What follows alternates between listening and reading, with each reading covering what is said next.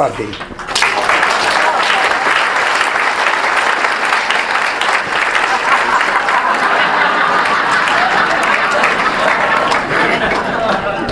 I'm Bob. I'm an alcoholic.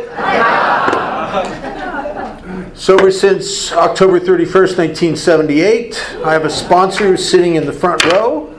I have a home group, and the people that go to that group know it's my home group. I have jobs there, and I'm delighted to be a member of Alcoholics Anonymous. I want to thank Jerry for all his efforts. He seems like if there's anything going on in Florida, he's got his hand in it somehow. And he's a doer. You know, when I first got sober, they said a trustee at a service conference said that he thought that 5% of the fellowship did 95% of the service. And Jerry would be a 5%er.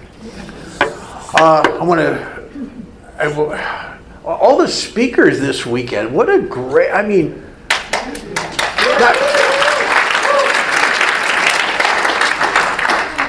there's a lot of really good communicators in AA, but these are not, I know these people, they're not just talkers, they're walkers.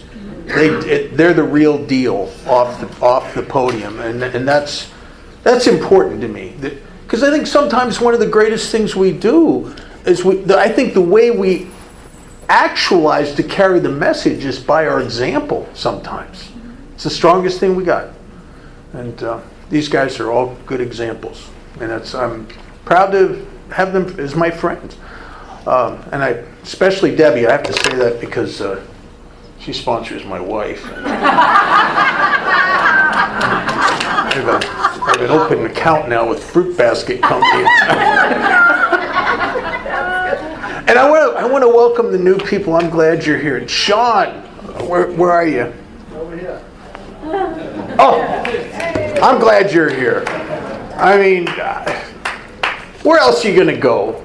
Where you're going to you burn your life to the ground, they give you a standing ovation and a gift. I mean, you know, you're not going to get that at the PTA, I'm telling you. And yet, truly, the day I got sober was possibly one of the worst days of my life. I was so physically sick. I ruined everything. There was not any quadrant of my life that wasn't extremely problematic. And I was terrorized. And if you would have told me on that day, oh, Bob, this is so amazing. You're going to celebrate this day the rest of your life, I would have thought you were out of your mind. And yet it's true. It was the great day of my life. Because from it, I got a life. And I get excited for you. Because I know something you don't know. And I'm not saying that out of arrogance, I'm saying it out of experience. I know what can happen to you if you make Alcoholics Anonymous the center of your life. If you leave the group that I was a part of for almost 7 years of people who don't get better because they cannot or will not completely give themselves to the simple program. If you leave that group and you jump in with the people that are all in AA, your life will change dramatically. And I'm happy for you if that happens, because I don't want to see. Dying of alcoholism is a horrible, horrible way to die. I don't think there's a way you can die where you're more depressed, where you hate yourself more, where you feel more lonely and separate from everybody you care about. I don't think there's a worse way. There's maybe ways to die that are physically more painful, but not emotionally, mentally, and spiritually more painful than a dying of alcoholism. I'm glad you're here. I'm supposed to talk about step 8 and 9. I got to tell you, it's the step. The men's is the one thing that scared the crap out of me when I got here. I mean, I didn't have much problem. I've been in enough therapy that step 4 and 5, I don't care. But 8 and 9, I couldn't imagine. I remember sitting in a meeting. I was just a week out of detox, 2 weeks, maybe a couple weeks, and some old timer which probably 3 years, pounds on the table and says, and I pay back every single nickel I ever stole or borrowed. And I remember sitting there going, oh no, I wouldn't have stolen so much if I'd have known that. I mean, oh my God, I wouldn't have borrowed so much. I mean, I borrowed money until you would have nothing to do with me anymore. Any quadrant of my life. I stole, always with the intention of replacing it, but I never did. And it scared me. I had people that I thought would do me in if I even approached them. At the very least, it would take a baseball bat to me. Because I did some horrible things to some people. And when I hear you talk about amends, I get scared. I didn't disagree with the concept of the amends. I know it was a go. That's good. You people, I could tell by looking at you, you're nice people. You should go and make things right. I mean, some of you probably, padded your expense account. Go make that right, a bill of character. Good for you.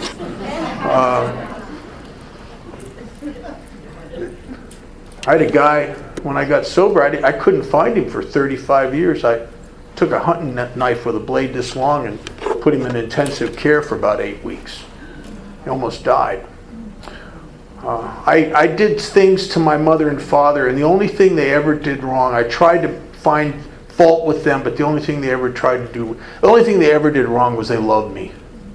And they spent a fortune on treatment centers and psychiatrists and bail bondsmen and lawyers, and they just kept helping me.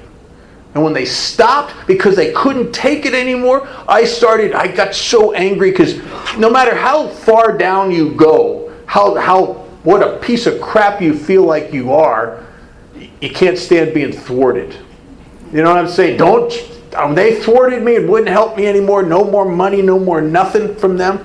Man, I got pissed at them. I do that mental gymnastics where all of a sudden I connect the dots inside me, and I can see clearly how my whole life was their fault. You know what I mean? Just right? Yeah. I remember going to a therapist one time, and we were talking about my childhood. Now, based on my memory and based on my actual experience, I had a good childhood. My parents were not abusive. They were not active alcoholics. In my family, it skips every other generation, or at least it seems to.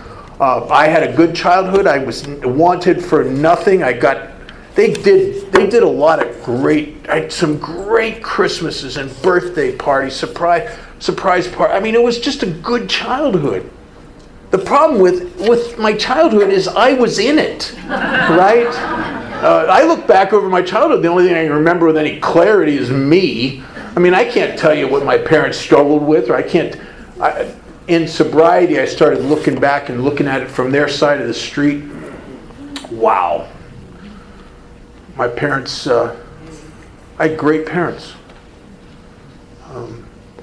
But I blamed them for everything. And so I get sober, and that's haunting me. I'm facing, not only, my first sponsor wanted me to start calling my mother. I had to explain it to her. I said, listen, you don't get it, because they cut me out a couple years before.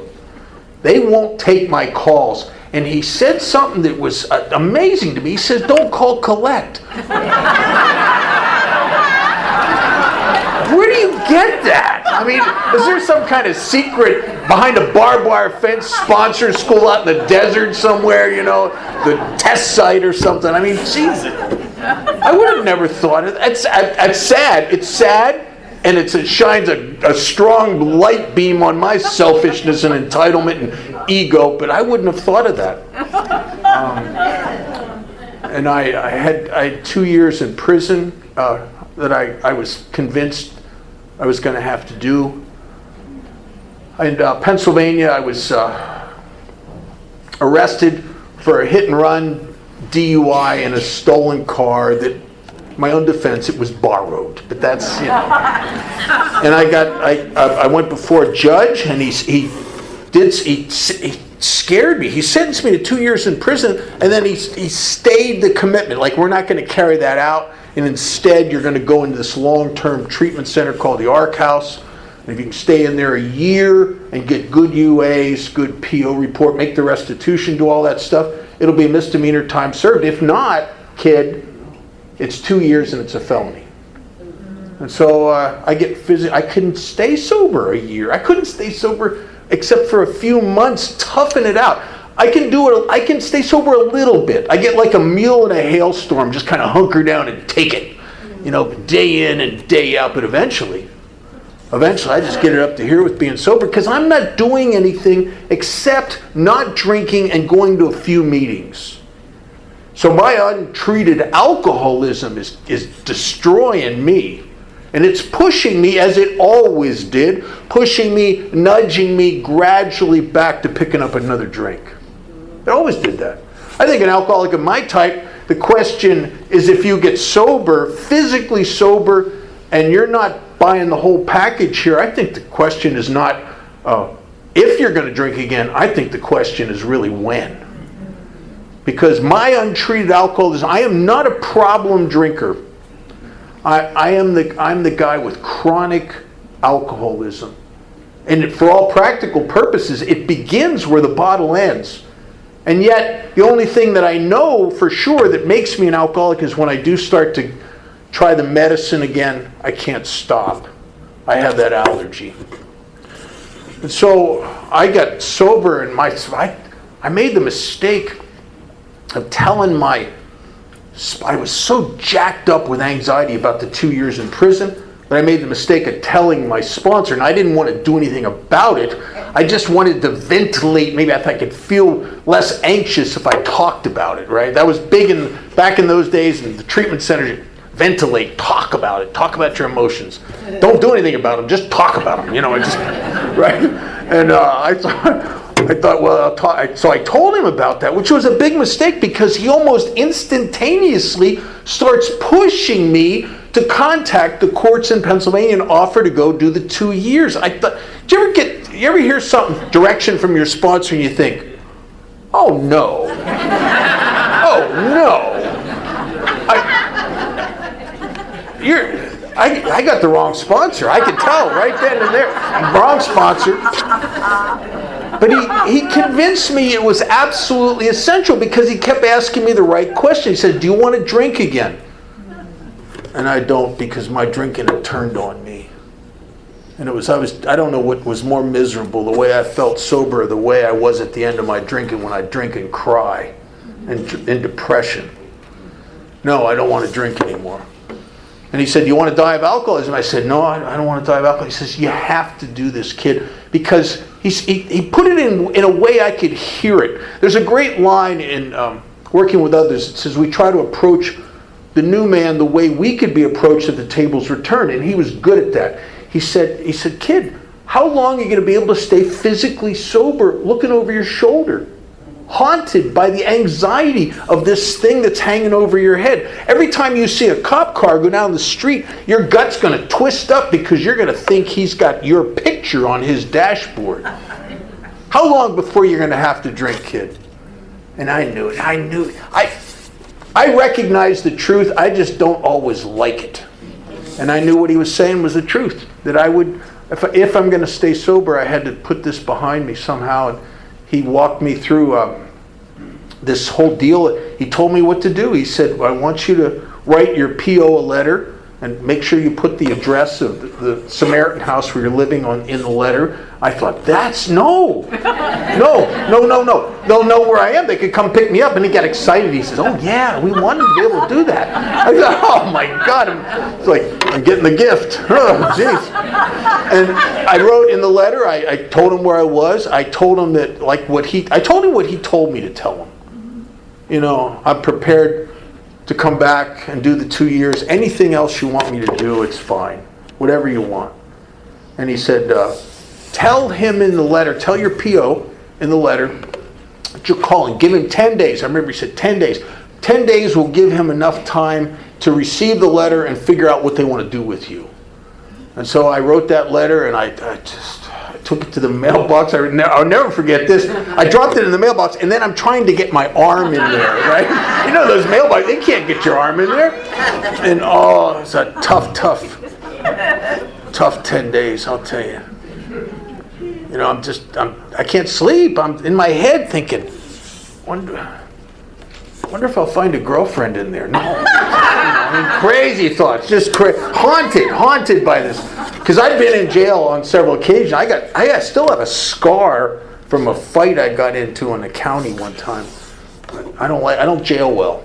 And, that 10th day came, and I'm a nervous wreck this whole week. And I called on the time and day I said in the letter I would call, and a woman answered the phone, and she said, "He's expecting your call." And they put me through to a man who I didn't really know him very well. I sat in his office a couple times, I guess, and I'm just another bum who never did what he was supposed to do on his caseload. You know, I guess that's what I am. But he got your letter. Your letter. Not my letter. It wouldn't have been the letter I wrote. Got your letter. And he got on the phone and he said, "I talked to my supervisor, we talked to the courts, you don't have to come back and do 2 years for transferring your case to Nevada. You're going to have to go to a place, court referral services, where they have classes, and you're going to probably have to give a UA there once a week or every so often. You're going to have to do whatever they said, and then you have to send us money." And we came up with a payment plan that was about almost a year, which was as long as they wanted me to stay connected to this organization in Nevada where they transferred my case. And I remember everything he asked me to do, I could do. I mean, it wasn't that hard. And I was more than willing to do all that stuff in lieu of 2 years in prison, you bet. And I remember walking away from that phone, I just felt, I was almost giddy. I just thought, oh my God. I felt like such a thing was lifted off of me. And it truly was the first time in my whole life up until that date where I ever took a suggested direction from someone else that I was in awful conflict with and I didn't agree with and didn't feel like doing. But it's the essence of surrender. You know?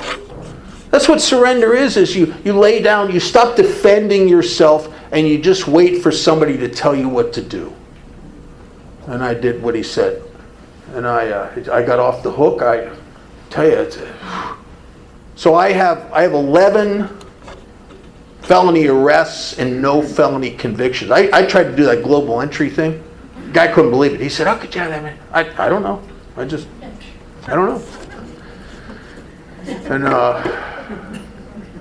I started following his directions, and he was big on amends. He was not a big book guy. This was pre-Joe and Charlie, when the consciousness of the details and the specifics in the big book started seeping into the consciousness of Alcoholics Anonymous. This was before that. But my first sponsor, he had the gestalt, he had the essence and the spirit of Alcoholics Anonymous. He knew the importance of God. He knew the importance of service. He knew the importance of the traditions. He knew the importance of amends. I don't even think he could tell you how to do a 4-step out of the big book. But he could tell you what you need to do to survive yourself in this thing called recovery. And he did that with me. He was big on service, big on amends. And none of it was negotiable with him. See, kids today, they want to negotiate your directions. There's no negotiation. I didn't know. If I knew, I would have negotiated some of that, I'm sure. I didn't know you could. And I followed his direction. I remember when he wanted me to make amends to my mother and father, and I called them, and God, I was so nervous. And it was not a warm welcome. I got, "What do you want?"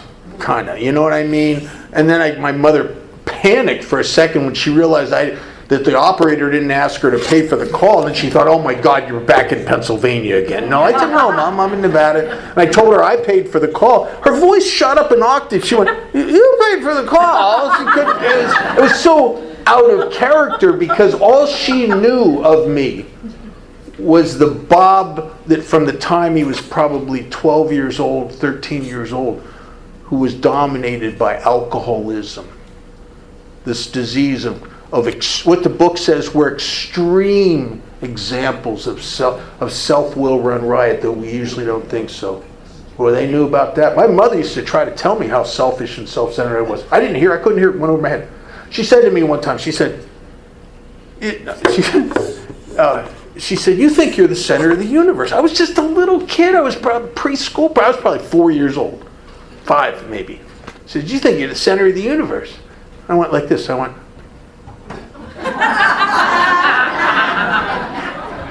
I am, Mama. Everything revolves around me. She told me one time that a person wrapped up in themselves makes a small package. I was trying to figure out who she was talking about.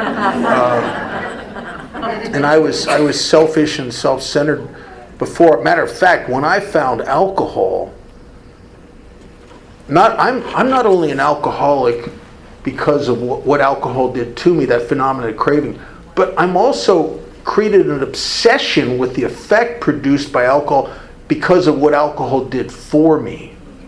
And it doesn't do that for my sister, it doesn't do that for my daughter, or else they'd probably drink like I drink. They just get tipsy. I get relief. I get ease and comfort. I get freedom from the bondage of self. I get things out of alcohol that most normal people, they don't get that. They just get drunk. I get free. And I love that effect produced by alcohol. I love Billy's talk Friday night. It was so right on. So here I am. I'm in Alcoholics Anonymous, and I got a whole bunch of problems, and I got a whole bunch of amends to make. And I don't have enough time to talk about all of them, but I can tell you one or two of them.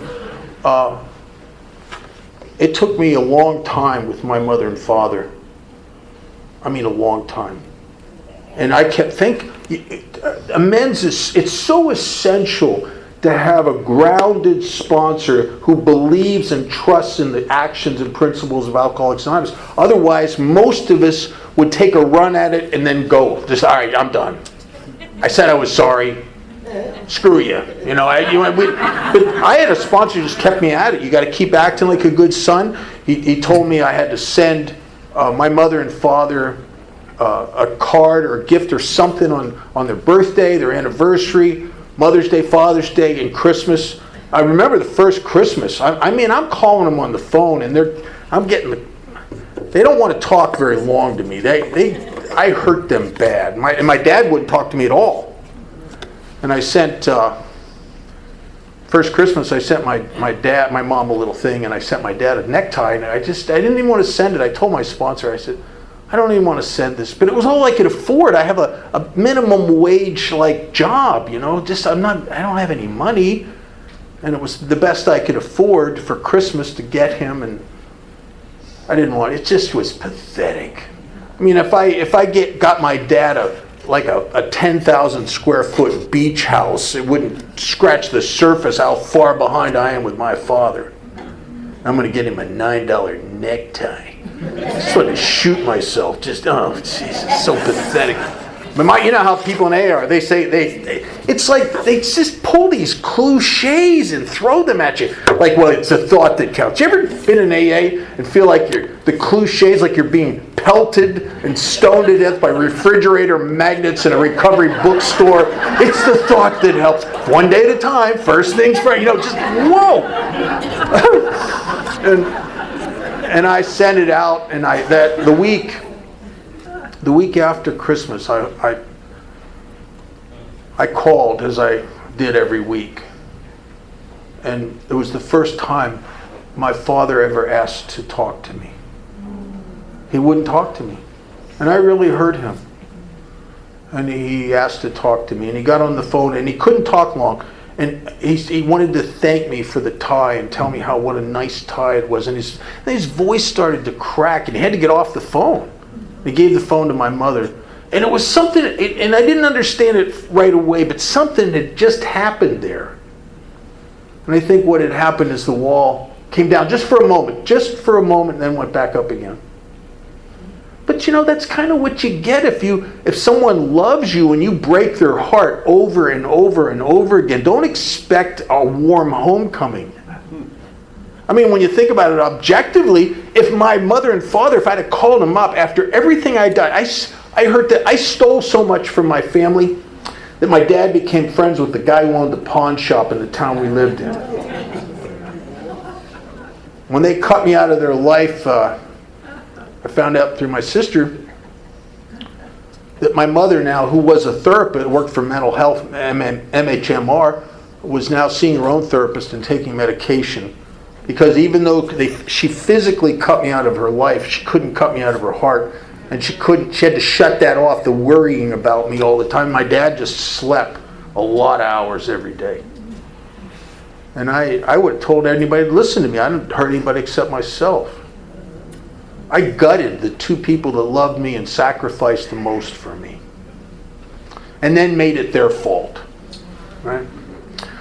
So my dad, I kept it up, and I was about a year sober, and they decided they'd never been to Las Vegas. They're going to come out and kind of eyeball me, and with the attitude of he's probably still a bum. He's probably just trying to get us to support him again. He's very skeptical, but they came out with this attitude. Well, if he is a bum and he's just trying to con us again, we've never been to Vegas. It's not a complete loss. And so they came out under that mindset, and it was a beautiful experience.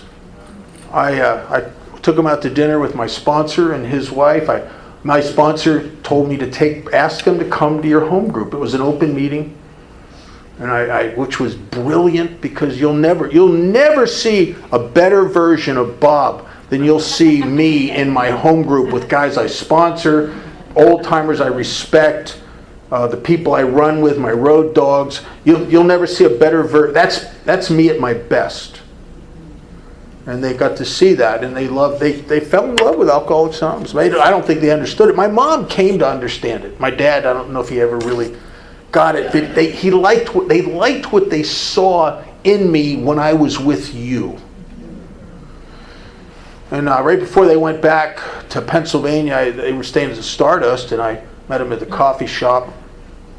And I was instructed. I had a legal pad with all the times I had to borrow money off my dad because I couldn't pay the fine, or I drank my rent money away, or there's just a whole bunch of stuff. And I was supposed to come up with a payment plan and then ask if anything needed to be added to that. And I had a 12-and-a-half-year payment plan. When you're a year sober, that's forever. All right? I'm going to make payments for 12-and-a-half years. My fantasy about making amends is like hit the lottery, get a big attaboy, and pay them all at once. But I was told you sold your integrity a nickel and a dime at a time. You're going to buy it back with payments, a nickel and a dime at a time. And it's those kind of things are good for me, because it's not the grandiose thing. It's the trudge. It's the trudge. We trudge our to the road of happy destiny. And I told my dad I was going to start making these payments. I never forget. Oh my God, he said the most amazing thing. He said, "Rob, we don't want you to pay back the money." Really? He said, "This is the first time we thought you're going to be all right. Oh, we just want you to keep doing AA, stay sober, and do that, forget the money." I thought, I just get out of 12-and-a-half years of payments. Amends are really good. This is good. It's good stuff. And I went over to my sponsor's office to tell him the good news. And I'm such a selfish maneuverer. I'm thinking about other people I owe money to. I wonder if I can get them to see the light like my parents said. And I go into his office. He's sitting at his desk, and I told him the good news. I did what you said. And my dad said I didn't have to pay him. And he looked at me. He says, "I don't care what your dad said. This is your amends. This is your integrity. This is your recovery. You got to make that right." And it's another one of those times when you just know you got the wrong sponsor. Because there were people in AA, I still hear stuff like this craziness every once in a while. My sponsor said he didn't have to pay back the money because when to do so would injure them or others, and I'm another, aren't I? What? Stop it.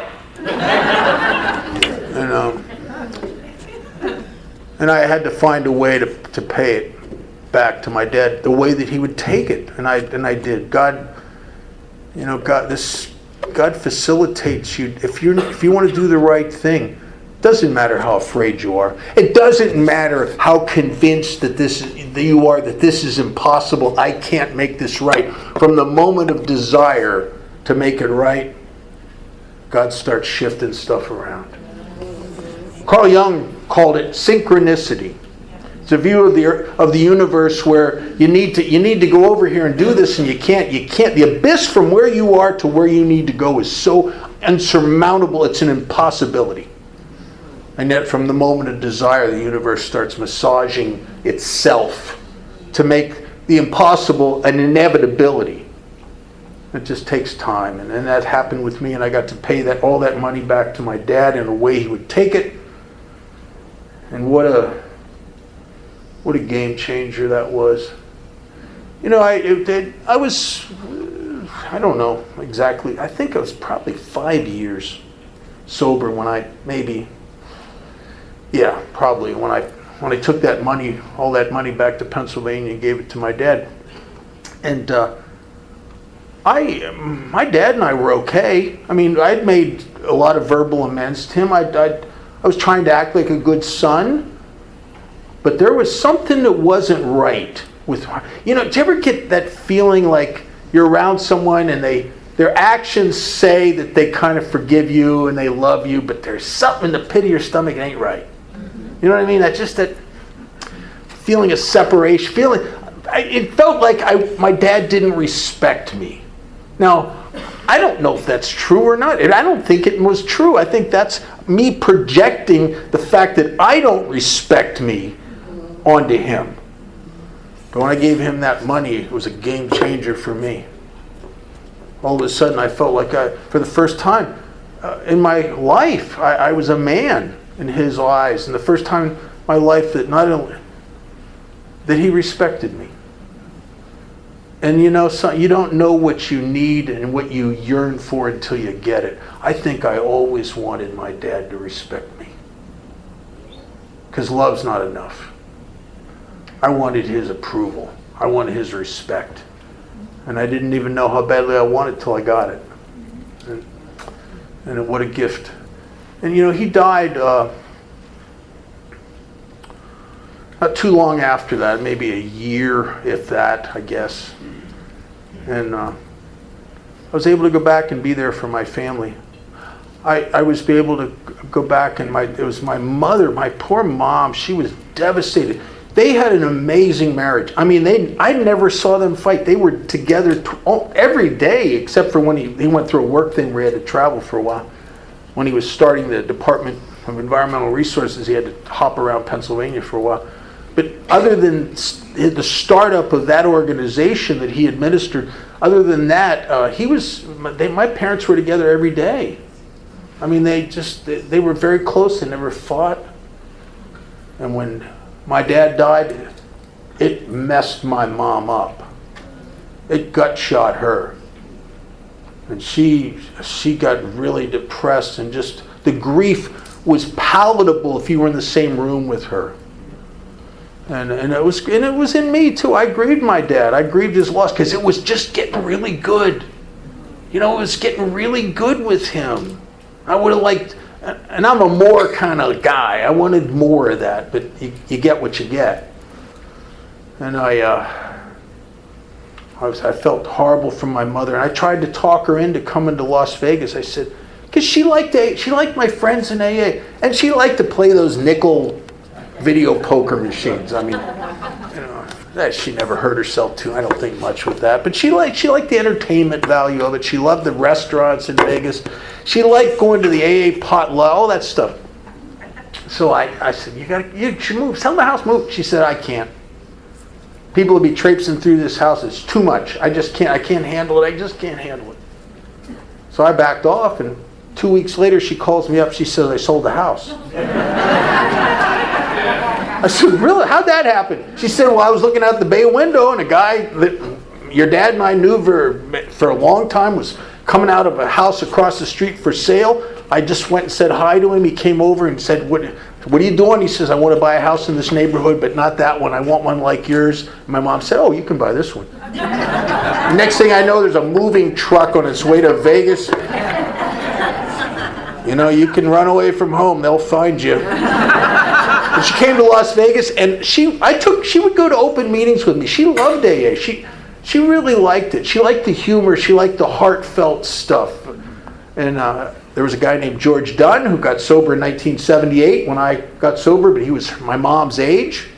And they met at a potluck. And next thing I know, they're living in sin. It was unbelievable. And I had the absolute best years of my life with my mother when she was with George. It was like having your mom in AA. She'd go to a lot of meetings. I used to say to guys I sponsor, I'd say, listen, my mom's not even an alcoholic, and she goes to more meetings than you do.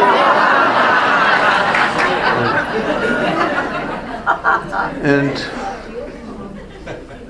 there's a restoration, there's a redemption in Alcoholics Anonymous. And sometimes I think that one of the most important things we do here is step 8 and 9. I know 12 is very important, and developing and perfecting a relationship with God is very important, but I run into a lot of people in AA that are sober 25, 30, 40 years, and they got problems, and if you dig in with them and what they've done so far, it's not that uncommon that you'll find that they had some unmade amends. And maybe some of those amends, they thought they got away with something because the person who they owed the amends to didn't know it was them that robbed them. The problem is the one person, it's the worst person to ever know that knows that, and that's the guy who did it. You can't escape yourself. And so it haunts you. And it affects you. It's funny, when it comes to alcoholism in this realm of the spirit, sometimes I take actions, selfish actions over here, but I don't necessarily get sick over there. I may, but I may get sick over there. Right? I know when I was sober, and I was stealing from the place I worked. I mean, started out with I was borrowing, it started out, but I never paid it back, and I just started supporting my cigarette habit, and I'll tell you, I got sick.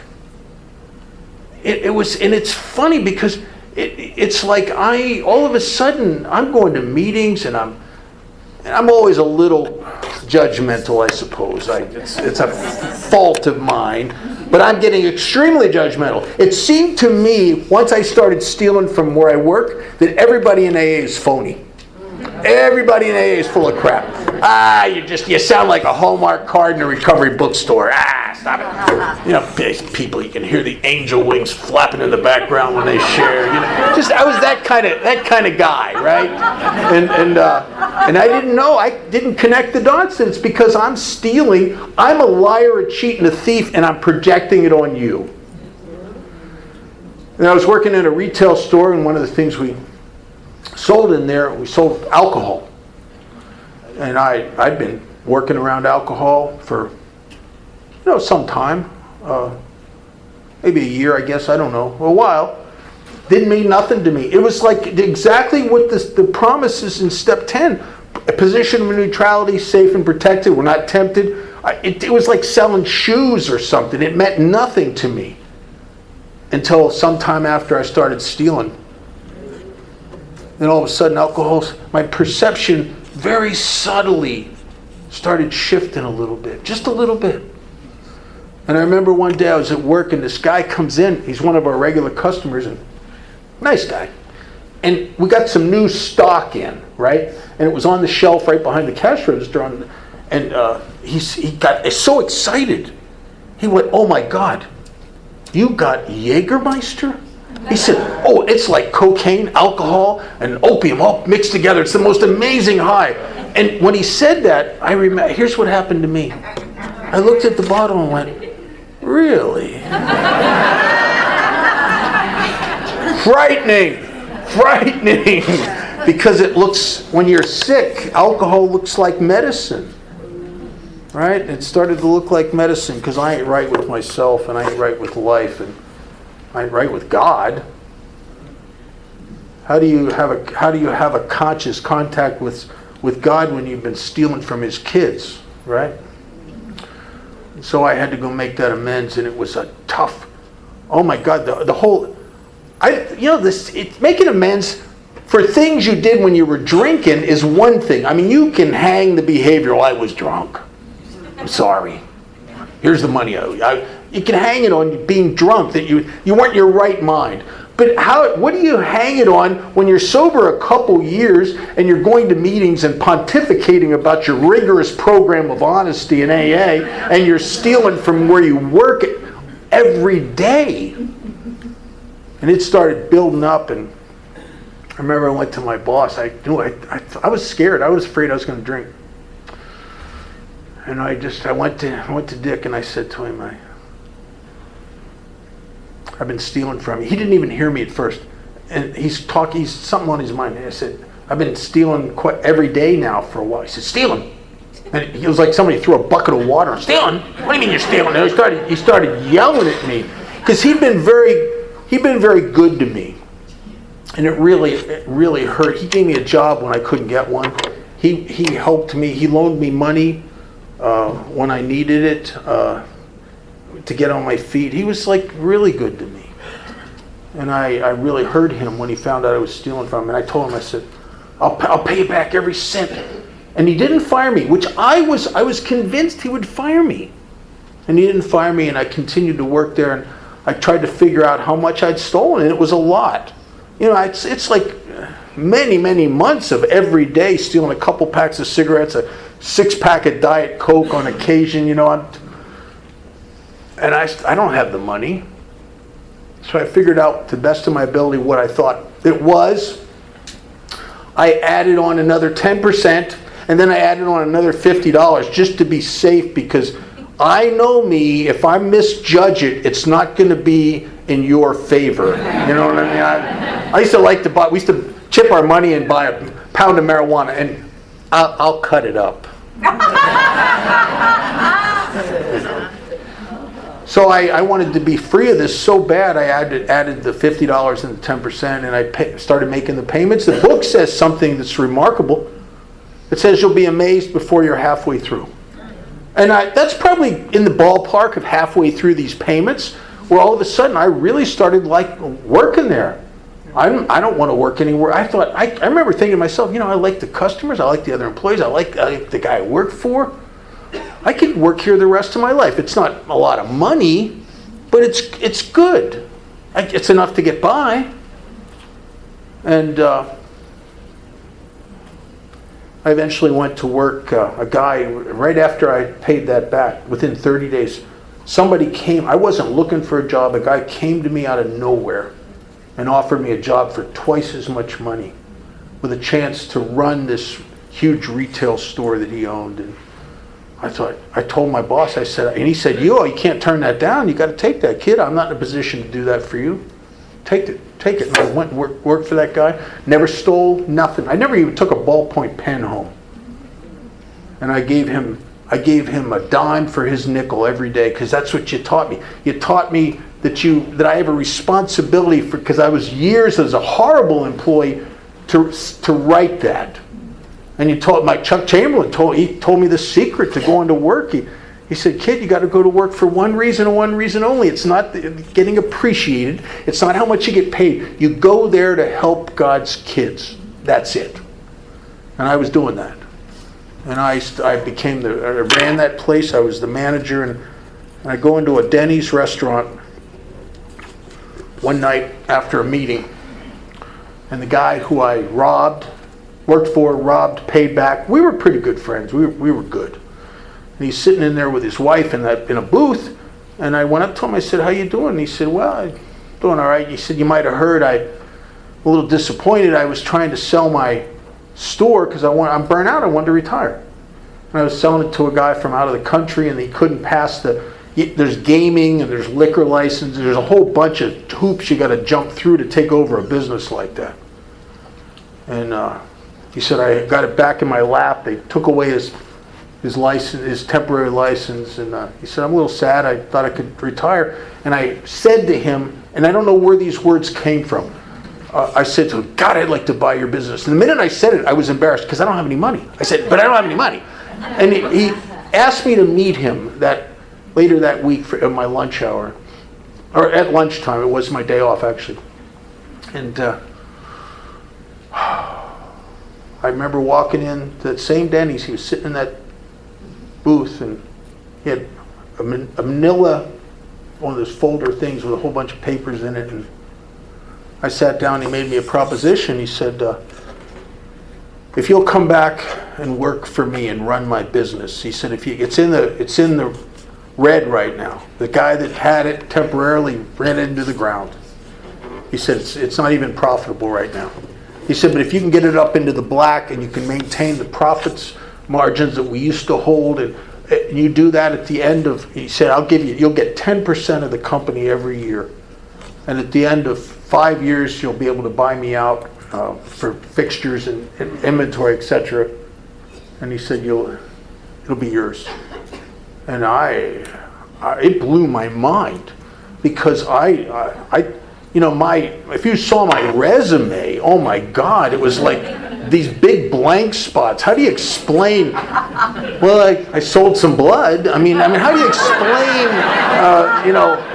I was an entrepreneur of exotic botanicals. I mean, how do you explain that stuff, right? You can't.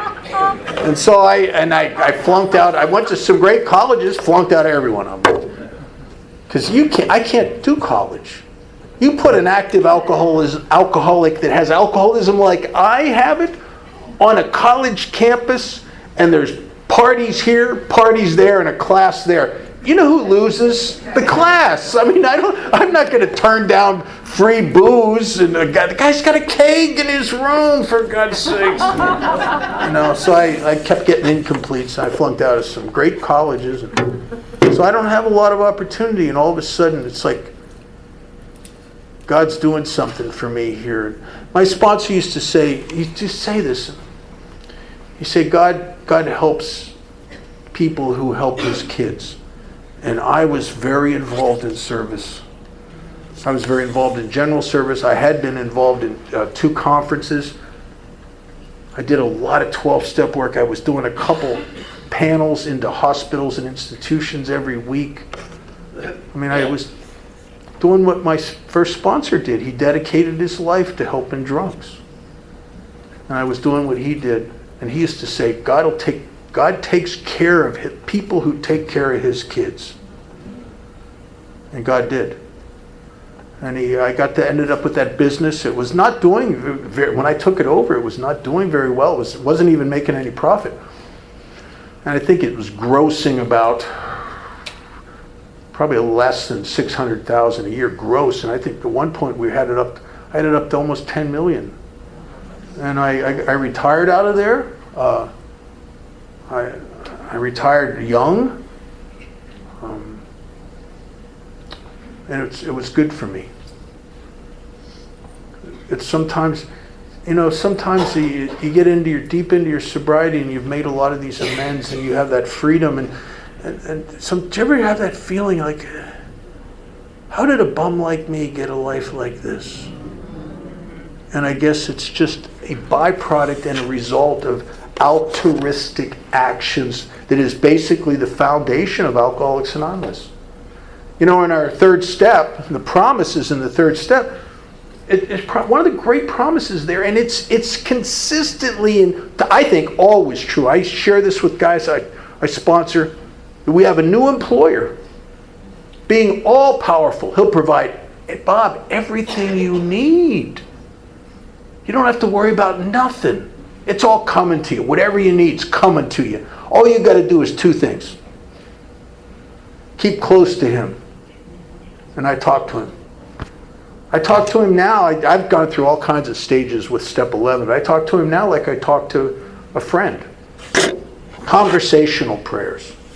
And do his work well, which I mean, it doesn't take a rocket scientist to read that book to figure out what God's will always seems to be tied to helping somebody. It always seems to be tied in, and you did this, and then you just made the amends, and you turn your thoughts to someone you can help. It's always about that. And I got very, very fortunate. I had good sponsorship. And the sponsorship that I had might not be perfect for everybody, but it was perfect for me. And I think sometimes we're brought together by divine appointment. Chuck Chamberlain used to say, God deploys a vacuum. He will fill all the empty spaces. And he does. I just got to get out of the way. Because I can discount. I'm a discounter. I'm the kind of guy, God could be trying to give me a brand new Bentley, and I'm saying to him, yeah, leave me alone. I'm trying to fix this old beat up Pinto. Because I got my vision, I got my focus on what I think I need and what I think I want. And God's trying to give it all to me. He's trying to bring me my inheritance.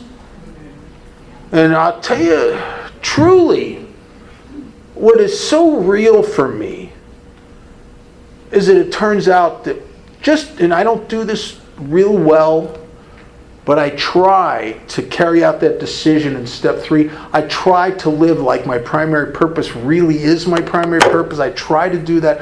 And just to the extent that I do that, I'm taken care of.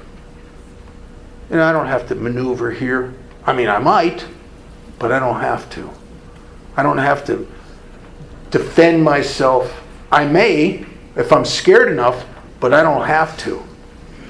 God takes care of me. And that has become the foundation of my sobriety. And I think it happens and it starts to build in the 8th and 9th step. Because what happens in step 8 and 9, if you're like me, you got to walk through some things that are frightening. And the only way you'll walk through that is you have to develop some trust in God. Something that will carry you for the rest of your life, that is absolutely essential. And I think with me and most of the people I know, we get sober, we don't trust nothing. We are self-reliant to a fault. We don't trust anybody. We're skeptics, we're cynical. Don't trust nobody. And I'm backed into the corner as I was with that 2 years in prison. I'm backed into the corner by other things that my sponsor made me make right. And I walk through the fear. And the only way I can walk through fear is I just have to hold on to the idea, even though I'm scared to death, that God's got me. I don't feel like He does. But I have to show up and act like He does. And if I take the actions of trust, it's like that atrophied trust muscles gets exercised and becomes stronger. And the more I trust God, the more trustworthy I realize He really and truly is. But a guy like me cannot get to a point where I trust God because you said so.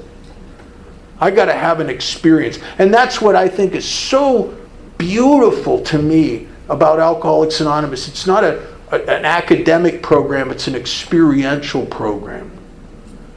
That the only thing of any consequence in my life is my actual experience here. And my experience with God. It puts something underneath me, that a deep-seated knowledge based on my experience of what's happened to me the last over 44 and a half years. And that God's always taken care of me. Always. Now, I don't know how much of a cynic you are. I don't know how negative you are. I don't know how scared you are. But I know one thing. If you take the actions of trusting God long enough, no matter how cynical you are, no matter how afraid you are, you will start to have an experience. You'll start to realize, man, something's got me here. Something's got me. And maybe it's this thing that people in AA talk about. Maybe it's God. And it is. And I I had a lot of amends to, God, I just so much. And every time I face, and I didn't stop creating wreckage because I got sober. My first 4 years of sobriety, I think I was on a quest to double my 8-step list or something. Because I made a lot of mistakes, did a lot of stupid stuff.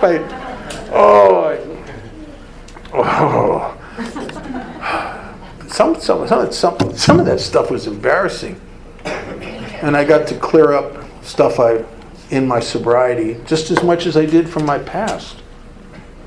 And I still have things that happen. I just had a thing. I didn't take care of it. I go, sometimes if I feel frustrated and afraid, and I'm on the phone for an hour and a half with a customer service representative that's from Pakistan or something, I lose my mind. I end up being the guy I don't like. And I say things to these people like, oh man, he's just trying to, later it's just, he's just trying to do his job. Yeah, he'll remember me. And you can't call those people back, So I've been told, just try to be nicer to the next one. As long as he does this quickly. I love what Harry Tebow used to talk about.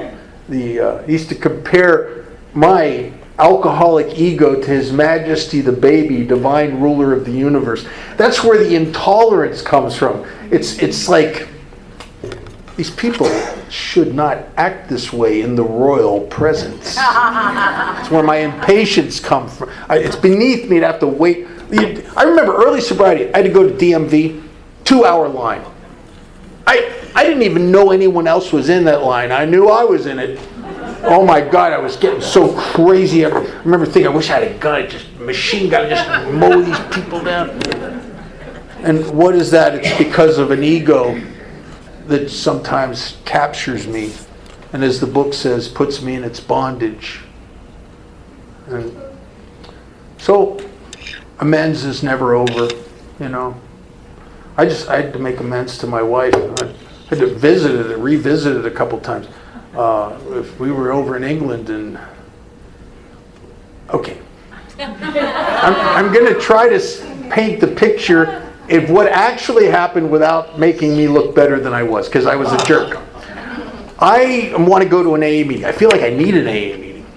And so we're going to this AA meeting, and we're running late, and she's on the phone. She's selling a house or some real estate deal.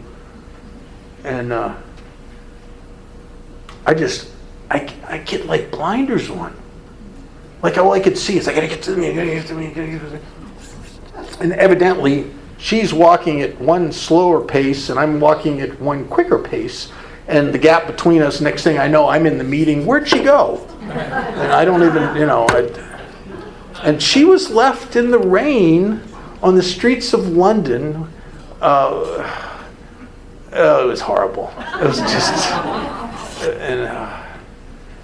But I am still capable because of this intermittent bondage of self that creates the self-centered fear.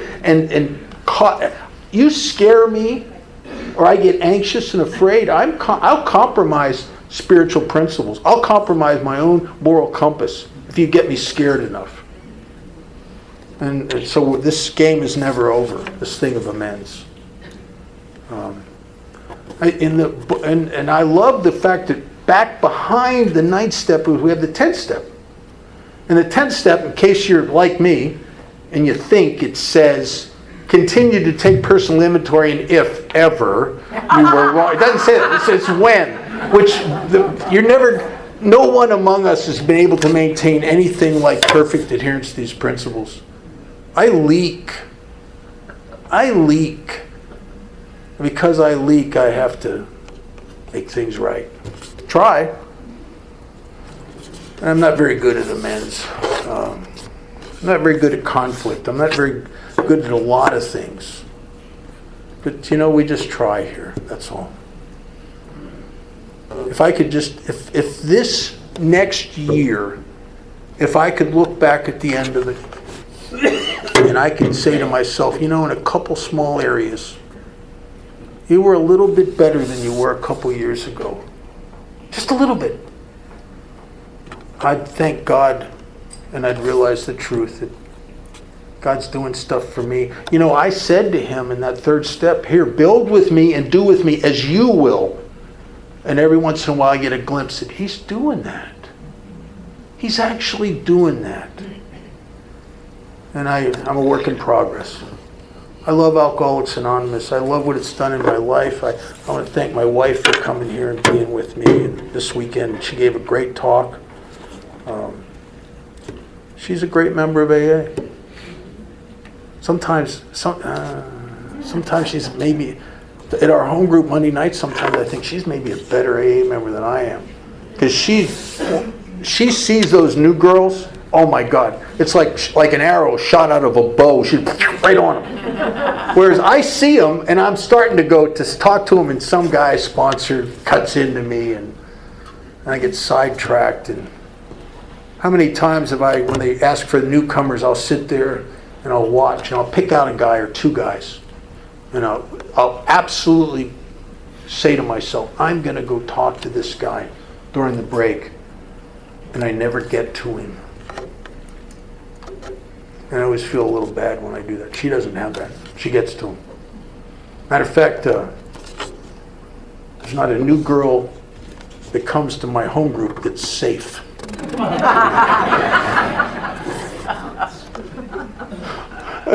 And all I ever wanted when it came to a relationship my whole life is I just wanted a partner in my primary purpose.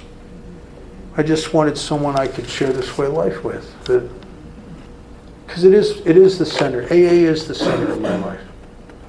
And I think it might very well be in hers too. I can't speak for her. I know where I stand in my house. It's God first.